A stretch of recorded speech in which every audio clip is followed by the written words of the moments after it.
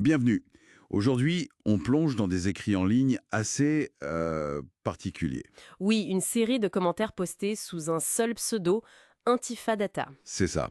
On les a repérés sur diverses plateformes, RT France, Milan Streams.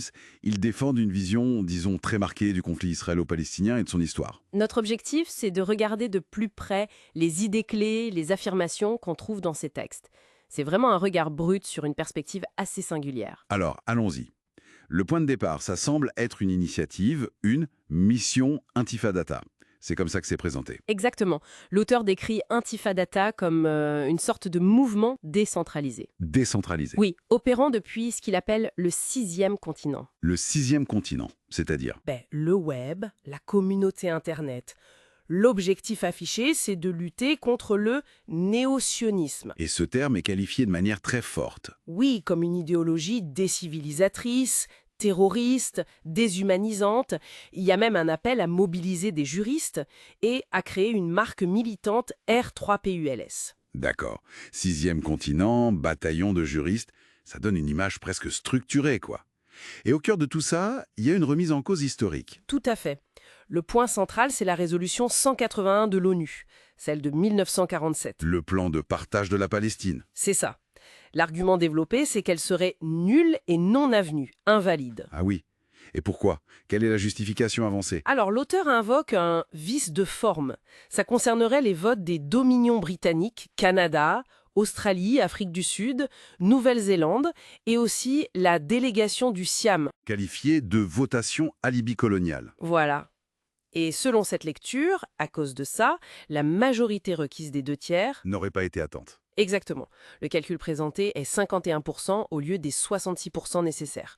Donc la conclusion, c'est une demande d'annulation rétroactive. Avec compensation et la couronne britannique tenue pour responsable de la spoliation. C'est ça. Remettre en cause la résolution 181 de cette façon, c'est quand même s'attaquer à un fondement souvent cité de la légitimité internationale sur ce sujet précis. Absolument. Et cette contestation historique, ça ouvre la porte à des accusations extrêmement virulentes ensuite. J'imagine. On parle de quel terme? On trouve des mots très forts, génocide, ethnocide, humanicide, crypto-apartheid, pour décrire la situation des Palestiniens, surtout à Gaza.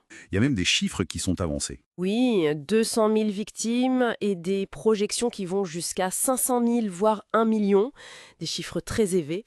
Et cette critique, elle ne s'arrête pas là, elle vise aussi les institutions internationales. Ah oui, l'ONU est qualifiée d'entreprise malvenue, d'organisme néo-sioniste, de mascarade. Même le Conseil de sécurité. Oui, accusé de complicité, y compris la Chine et la Russie, pour inaction présumée.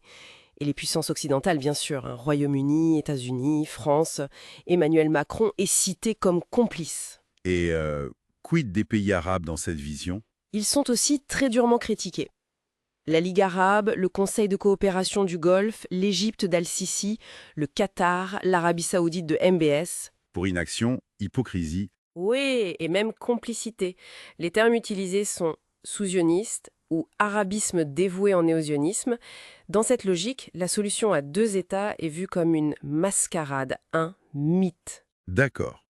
Donc une délégitimation historique suivie d'une critique généralisée de tous les acteurs, occidentaux, arabes, internationaux, et même les entreprises technologiques. Oui, Google avec son projet Nimbus, Amazon Cloud, TikTok, accusés soit de collaborer à un ethnocide, soit de pratiquer la censure. C'est une vision où, en gros, tout le système actuel est remis en cause et jugé responsable. C'est un peu ça, oui. Et face à ce constat très critique, il y a des propositions, une vision alternative qui est esquissée. Avec des concepts assez originaux. Oui, comme celui de Haute-Palestine. L'idée serait de rendre Israël inopérante et d'aboutir à une rétrocession de la Palestine historique. Une rétrocession totale. C'est ce qui semble être visé. Il est même évoqué la création potentielle d'un oblast juif palestinien reconstituable à Tel Aviv, mais sous autorité palestinienne. Haute-Palestine, oblast juif palestinien, ce sont des termes qu'on n'entend pas souvent. Il y a d'autres propositions? Il y a aussi cette idée de céder les îles Vierges américaines et britanniques à la Palestine. Comme compensation? Oui, comme compensation décoloniale. Ou alors pour y déplacer les colons israéliens, qui sont d'ailleurs appelés Israëls. D'accord. C'est pour le moins spécifique comme proposition. Et concrètement, quel type d'actions sont préconisées? Les appels sont assez variés.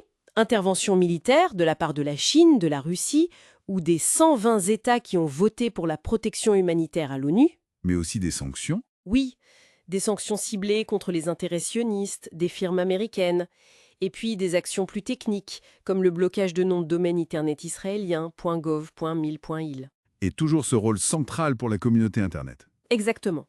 Compiler les preuves, dénoncer, résister pacifiquement, par exemple en se déconnectant du domaine .il, et même créer des structures alternatives, caisses de secours mutuelles, tiers-ordre digital. Bon, si on essaye de synthétiser un peu tout ça, qu'est-ce qu'on retient de cette exploration?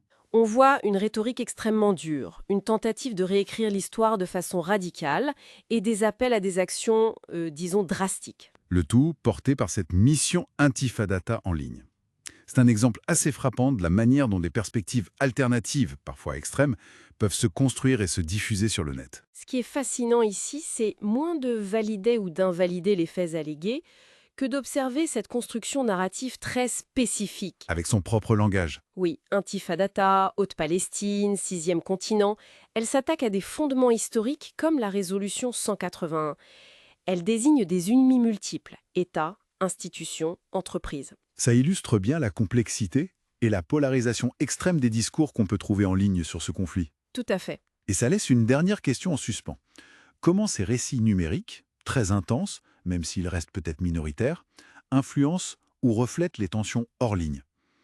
Dans ce monde saturé d'informations, voilà qui donne matière à réfléchir.